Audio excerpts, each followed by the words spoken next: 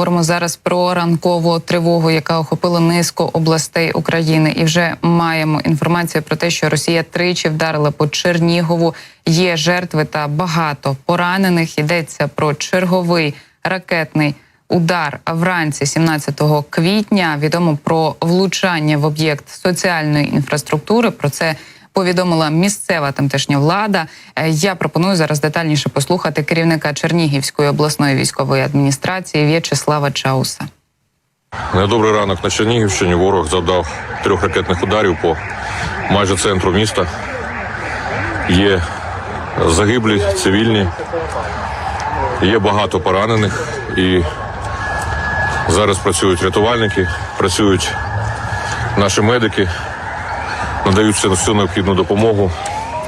Зараз створений вже штаб і буде надавати вся необхідна допомога. Вся детальна інформація згодом. Росія – терорист.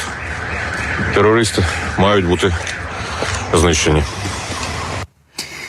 Виконуючий обов'язки Чернігівського міського голови, секретар міської ради Олександр Ломако уточнив, що ворог влучив в об'єкт соціальної інфраструктури. Говорить, що, на жаль, є постраждалі. Також вже з'явилися інформації про загиблих. На жаль, на місцях працюють усі екстрені служби. Ну і Чернігівський обласний центр крові повідомив, що наразі є нагальна потреба у крові, особливо в негативному резусі. Якщо ви проживаєте у Чернігові і маєте таку змову, будь ласка, зробіть це для поранених.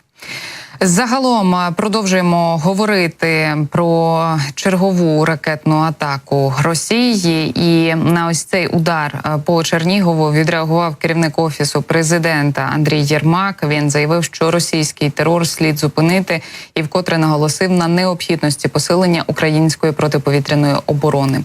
Російські терористи вдарили по Чернігову, постраждали цивільні. Терор потрібно зупинити. Протиповітряна і протиракетна оборона – це те, що потрібно Україні вже зараз. Я нагадаю, що близько 9 ранку повітряні сили повідомили про небезпеку для Сумщини, Київщини, Чернігівщини, Черкащини та Полтавщини. Вже о 9:01 у Чернігові пролунали вибухи. Над містом піднявся стовп диму. Згодом вибухи також прогреміли в Одесі. Ворог, ймовірно, вдарив саме балістикою. Однак поки що немає офіційної інформації про роботу протиповітряної оборони чи влучання, тож чекаємо на деталі. Ну а ми з вами продовжуємо говорити про важливі новини, які маємо станом на зараз, які входять до нашого порядку денного, і трохи переміщаємося на міжнародну арену. Викрадені українські діти на території Німеччини. Національна поліція у співпраці з тамтешніми колегами встановила на території ФРН 161 українську дитину, викрадену Росією. Про це заявив глава відомства Іван Вигівський під час зустрічі у Берліні з президентом кримінальної поліції Німеччини Гольгером Мюнхом. Завдяки нашій співпраці з правоохоронними органами ФРН за напрямком документування воєнних злочинів Російської Федерації, а саме депортації та примусового переміщення українських дітей, встановлено місцезнаходження в Німеччині 161 української дитини, які розшукувалися як примусово переміщені на тимчасово окуповані території або депортовані до РФ та Білорусі. Вигівський підкреслив також і проблему усіх воєнних злочинів, скоєних російськими загарбниками на території України і задокументованих Національною поліцією України. Київ розраховує на допомогу партнерів у притягненні російських воєнних злочинців до відповідальності як в українських судах, так і в судах інших країн, а військово-політичне керівництво у Міжнародному кримінальному суді та спеціальних трибуналах. Ми зацікавлені у спільних діях з нашими німецькими партнерами як на двосторонній основі, так і під егідою Європолу, підкреслив глава Нацполіції.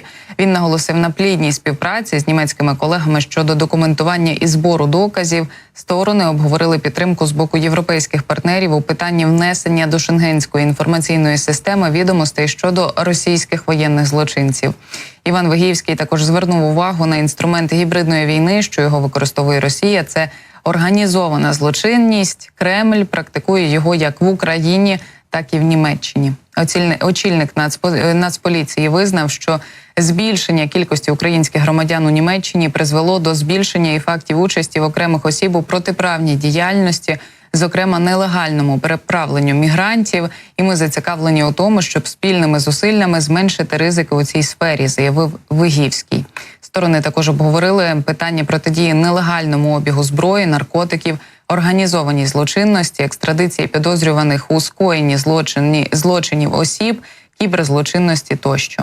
Я ж додам, засновник організації Save Ukraine, яка займається поверненням вивезених дітей, Микола Кулеба раніше заявив, що упродовж 23-го року з Росії та окупованих територій їм вдалося повернути 226 дітей.